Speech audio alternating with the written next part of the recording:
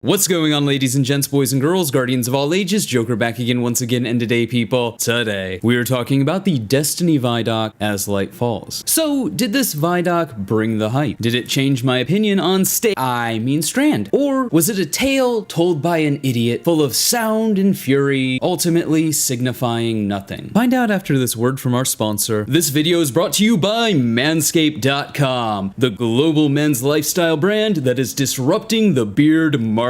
It is time to throw away that bulky beard trimmer you have been using for years that has dull blades, 10 useless guard attachments, and, worst of all, a bulky power cord. It is time to upgrade to the new Manscaped Beard Hedger Trimmer and to level up your beard game. I am excited to be one of the first, I know, Joker, out here, one of the first to take a sneak peek at the Beard Hedger by Manscaped. So I'm going to be real, I'm going to be honest, I'm going to be real honest. They sent me the Beard Hedger and I guess I was supposed to originally open it on camera. But that didn't happen. Part of the reason that I did that was because I wasn't going to advertise a product that I hadn't used. And well, since you're seeing this ad read, I must have enjoyed it. So let's all pretend for the sake of argument that I'm opening it for the first time now. Now it says here that I'm supposed to remember to tell you about the powerful 7,200 RPM motor and titanium coated T-blades that can cut through the thickest of hair in a single stroke. Whether you prefer a 5 o'clock shadow or a tame lion's mane, you can choose from 20 different haircutting lengths with the zoom wheel that uses one guard. That's right, ladies and gents, boys and girls, guardians of all ages, there is only one guard needed for 20 different hair lengths. So you can finally ditch all of those useless guard attachments that clutter your bathroom drawers. The Beard Hedge Trimmer was designed with a unique cutting angle to have its comb lift flat-laying hairs for single stroke trimming. And if that sounds great, there's more. The Beard Trimmer is waterproof, cordless, and rechargeable, so you can trim in the shower to save time and create less mess. So whether you're thinking about growing your first beard or you're a beard pro, Manscaped makes beard care easy. So go to manscaped.com today and you can get 20% off plus free shipping when you use the promo code DARKSIDE at checkout. That's 20% off plus free international shipping with the code DARKSIDE at manscaped.com. Join the over 8 million men worldwide who trust Manscaped today. And with that out of the way, I'd like to thank Manscaped for sponsoring this video.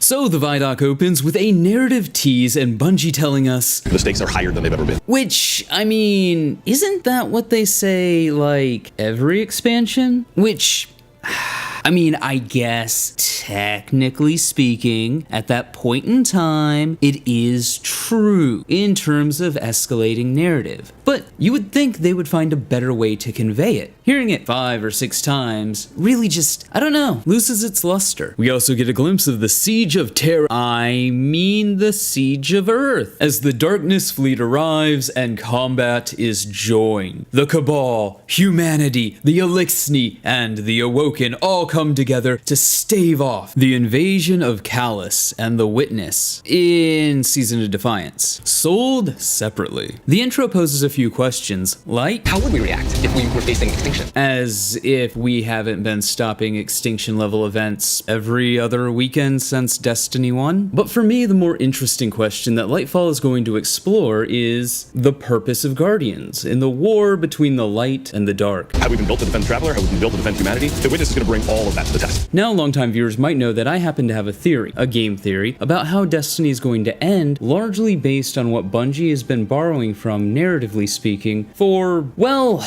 most of Destiny, and even as far back as Marathon. Michael Moorcock's The Elric of Melniboné saga. I'm not going to go too deep into it here, because I've already done that in this video that you can find in the description below, but the long and short of it is, see, Elric is what Moorcock would coin as the Eternal Champion, or a Eternal Champion, un-Eternal Champion, one of countless Eternal Champions throughout the multiverse. Many of Moorcock's novels and short stories take place in a shared multiverse, an array of interconnected parallel universes, many layered dimensions, dimensions, spheres, and alternate worlds, spanning from the Big Bang to the end of time, and from Earth to faraway galaxies. All of these regions of space and parallel timelines are given shape by two metaphysical forces, which are perpetually opposed to each other, law and chaos, which represent perpetual stasis or ever-changing disorder. Since a clear-cut prevalence of either law or chaos would erase all life from the multiverse, a third force, known as cosmic balance, enforces certain limits on the powers of law and chaos, which in turn ensure the continued existence of the multiverse. Law, chaos, and the balance are implied to be non-sentient, but they do manifest through godlike beings who express one facet or another of the three cosmic principles, and, in turn, these deities can empower mortal creatures as their heralds and representatives. The Eternal Champion is the appointed paladin of balance, who is bound to exist in each and every world and age of the multiverse, so that law and chaos are perpetually kept in check. However, he often doesn't know his role or struggles against it, never to succeed, since he must intervene whenever law or chaos has gained excess power, requiring him to tip the scales accordingly. He is always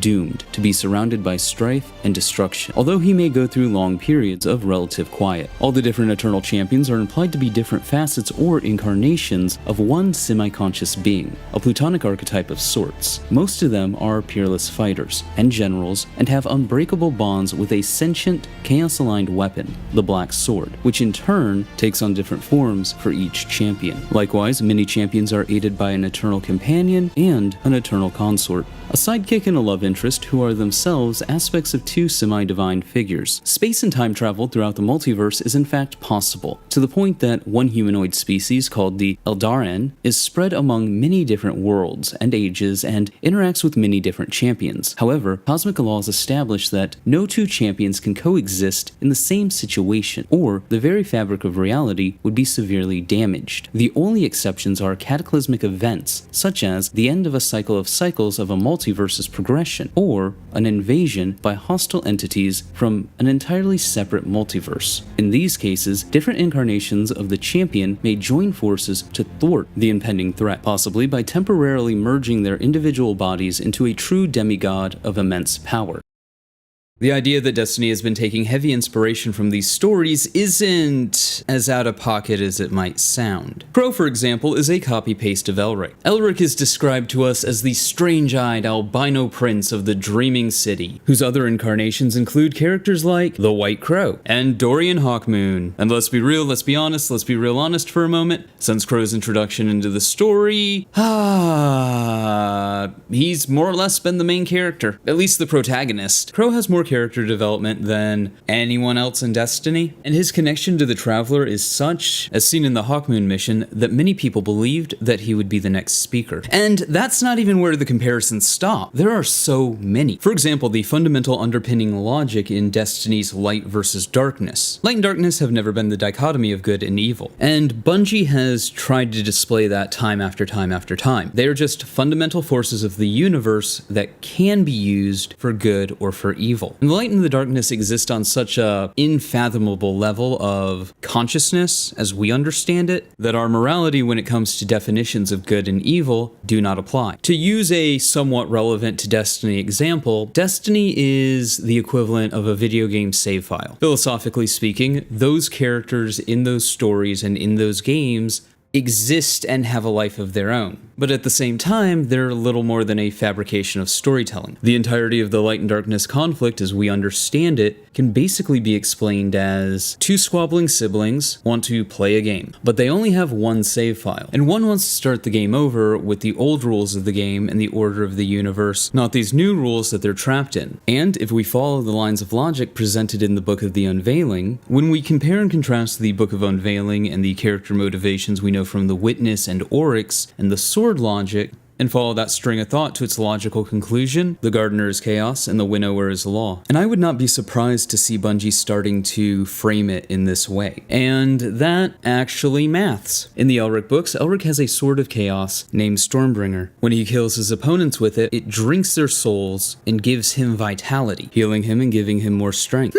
What gardener-aligned weapon does that sound like? Lumina. So with Destiny lore and with this knowledge of where Bungie is likely borrowing borrowing from as a literary reference, what extrapolations can we make? Well, I think I can safely say we're not really an agent of the light. We may have started as one, as Elric started as an agent of chaos, but as the story grew and moved on, we started collecting powers of darkness as well. Our purpose in Destiny is not to defeat the darkness. We're an agent of balance. We were told in vanilla Destiny 1 exactly how this conflict had to play out. In Ghost Fragment Mysteries 2, we read, "A star, I think. We count as stars as steady friends because they always rise and they always shine. But a star is a delicate truce, an explosion caught by its own mass so that it can't erupt and can't collapse. Thus I imagine the state of the machine might be. But one force or another has gone awry, and now it rests here, snuffed and broken, waiting for the two rival forms of ruin to be set in balance again. The light, the darkness, chaos, law, they're all rival forms of ruin, and it's our job to put them back into balance. Too much chaos and you get entropy. Too much law and you get stasis. And if that's the case, I'm interested to see how all of this plays out. I mean, I'm convinced that we're heading towards the Marathon Infinity ending. No, I mean really, think about it. They could file off all the serial numbers on the Marathon Infinity ending, and it would work. We watched while the stars burned out, and creation played in reverse. The universe freezing in half-light. Once, I thought to escape. To end the end a master. Step off the path of collapse. Escape would make us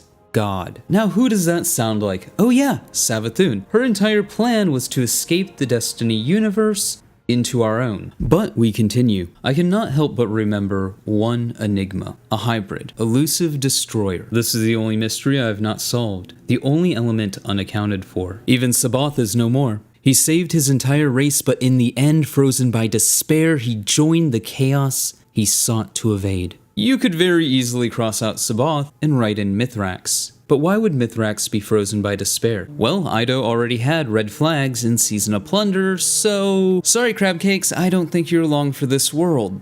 But you were dead 1,000 times. Hopeless encounters successfully won. A man long dead, grafted to machines your builders did not understand. This line actually appears in Ghost Fragment Rasputin 4, when Rasputin is trying to figure out who and what the Exostranger is. Which, excuse me, if the Exostranger was always Elsie Bray, why did Rasputin have to try to figure out who the Exostranger was? But details. The Rasputin quote goes, "You are not one of them, long dead, alive again, their bodies grafted to powers they and I do not understand." The marathon ending goes on to say, "You follow the path, fitting into an infinite pattern, yours to manipulate, to destroy, and rebuild." So first, this is kinda sort of how the Elric Melnibone story ended in the book Stormbringer. And by kinda sort of, I mean no exactly. Which doesn't bode well for us because one, we know we die at some point, maybe eventually, and two, that would mean we were betrayed by the thing that gave us our power. At least if it continues to follow the narrative that it's borrowing from. Elric, like the player, fits into infinite patterns, across a multiverse of multiverses. But the pattern in Destiny is something that's referenced a lot as well. We have the Flower Game, we have the Final Shape, we have the Vex, we have Guardians. Oddly enough, two more parallels with the Elric books arise with the idea that Guardians make their own fate,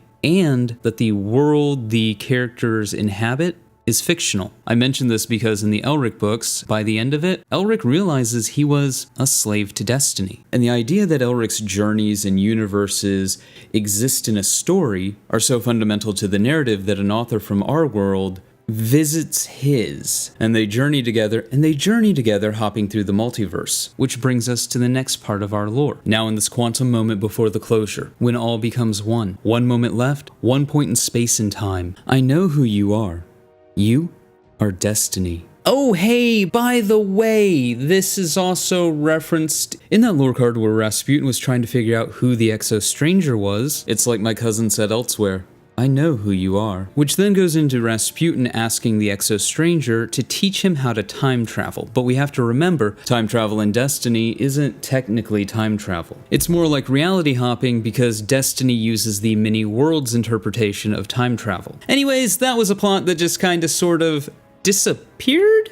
Question mark? The last time I believe we saw anything about it, and I could be completely mistaken, was Warmind? And that wasn't in-game, that was in an ARG that resulted in one of Rasputin's spears being sent to our reality. And if I remember right, the letter that led people to the spear implies that the Exostranger knows that our reality exists, can clearly send things to it and knows that the player is the Guardian. And that is likely the correct interpretation given all the Savathûn nonsense. But yeah, I kind of buried the lead on the whole we're Destiny thing because we're probably the final shape, the thing that will bring balance to the universe. Do we die in the end as depicted in Corridors of Time? Maybe. But even then, probably not, because Saint doesn't believe we're dead, we're just lost somewhere in time, which sounds like a great place to start Destiny 3. So how are we only 15 minutes into my video before editing, and we're only 26 seconds into the Vidoc? Because time is a straight line drawn on a sphere. And you know, because contrary to popular belief, I really do like Destiny, and I'm looking forward to see where this could go, and I like going down narrative and literary connections and threads and thoughts and having a little bit of fun. From 20 seconds on, I really just kept coming back to the same train of thought, to what I found most interesting. And I mean, it is my channel, so I'm gonna talk about what I care about talking about.